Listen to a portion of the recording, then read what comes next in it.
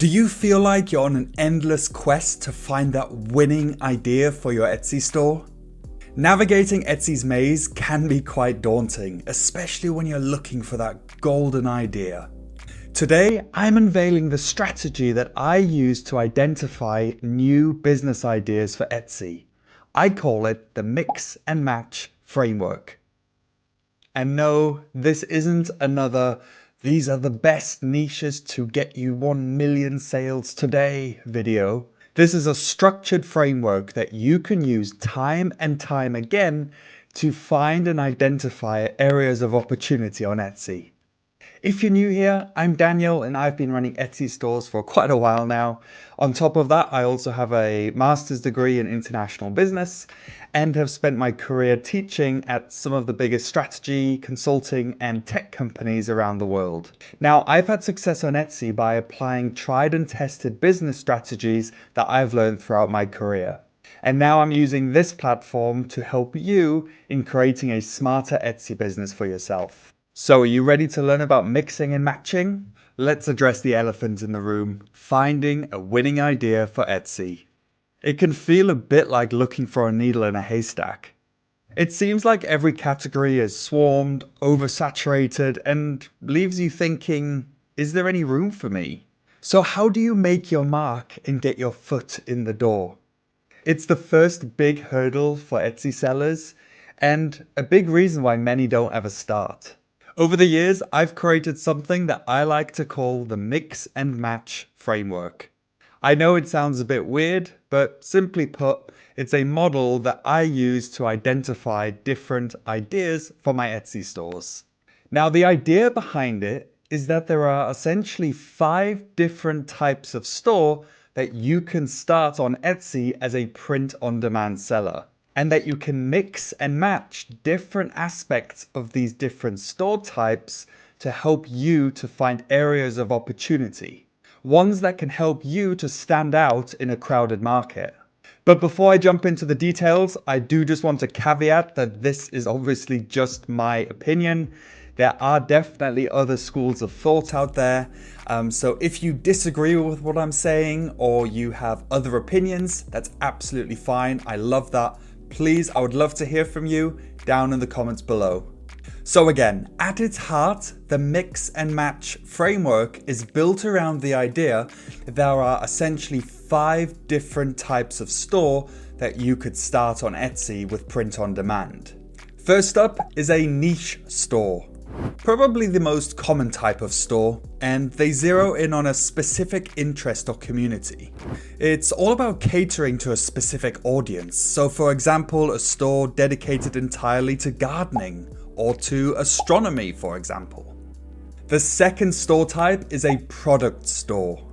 So you could also focus specifically on a single type of product, and then trying to become the go-to for that specific item. So picture a store that sells nothing but candles, for example, or sweatshirts. We also have trend stores.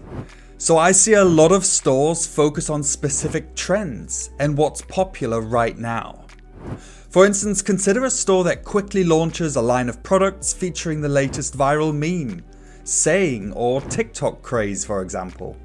We also have personalization stores. There are stores out there that thrive on offering only customized products. Here the charm is really in allowing customers to add their personal touch to the products you're offering. Think of a store where you can order a custom portrait of your pet, for example, or maybe a sweatshirt with some custom text on it. And the 5th store type is a design store. And now this store is defined by a distinct visual or thematic style that is replicated across all of the different products. An example could be a store that focuses on selling products that all feature the same vintage style design, for example. So there we have it, 5 store types that you can start on Etsy with print on demand. But now you might be looking at successful Etsy stores out there and thinking to yourself, hey, these stores seem to be blending different elements from these 5 store types together. And you're spot on. What many successful sellers on Etsy are doing, perhaps even unknowingly, is mixing and matching different elements from these 5 store types to create a unique winning formula. Something that helps them to stand out in an otherwise crowded market. And this is where the mix and match framework really comes to life. Picture a grid with our 5 store types: niche, product, trend, personalization, and design. This matrix is your blueprint for exploring the different combinations and potential store types you can create. Think of it like mixing ingredients in a recipe to create something unique and exciting. Whenever I'm looking for new ideas or new store concepts, what I'll do is I'll actually print out a copy of this grid and I'll start experimenting with different ideas, seeing what I could potentially mix and match them with to find something unique. How about we take a look at a couple of examples so this makes a little bit more sense. Let's have a look at mixing and matching niche and design, for example. And suppose you notice a particular design style, like this simple one for example, thriving in the music niche on Etsy. Why not adapt this design trend to a different niche, like gardening for example? You could take a niche like gardening and simply introduce that design to that niche. Or let's have a look at mixing and matching trend with personalization. And let's take this trending topic for this example. You could create a line of products showcasing this popular trend. But here's the unique twist. You're going to offer an option for customers to personalize these items with their own names or custom text. This approach taps into the popularity of this trend, but gives customers the opportunity to have something unique and personalized to them. Or another example is that you can actually mix and match the same store types as well. So for example, let's take a niche and a niche. Let's say you start with the dog niche. Why not explore if any specific sub-niches, or in this case, dog breeds, are popular on Etsy? You could then create a range of products specifically for this subgroup, like shirts with pug slogans on them, for example. Or you could also blend 2 completely different niches together.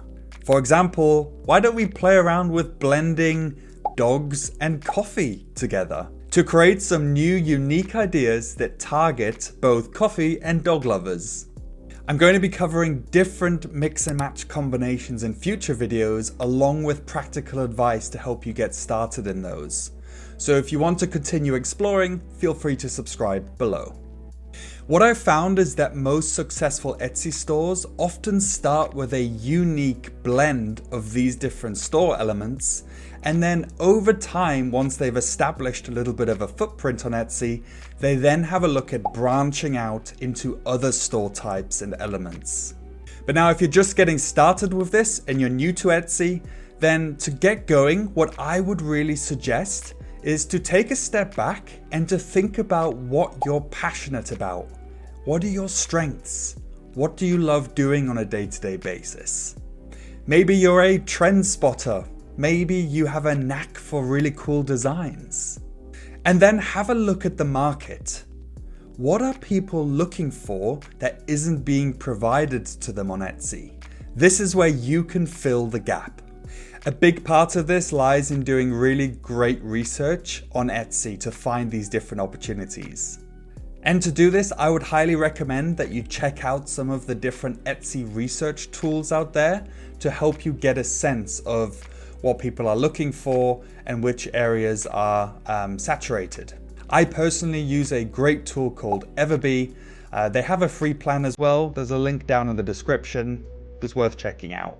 And there you have it, folks. The days of aimless idea hunting are over. It's your turn now to go ahead and give this a go. I'd recommend that you get out a piece of paper, you draw out this little grid, and you play around with some ideas. Start experimenting and have some fun with it. See what you come up with. And I'm super excited to hear about your mix and match adventures as well. So please go down to the comments below and let us know what exciting combinations you come up with. And if you found this useful and you'd like to continue to improve your Etsy skills, then why not subscribe below so we can work through your journey together? And why not give that like button a little bit of love as well?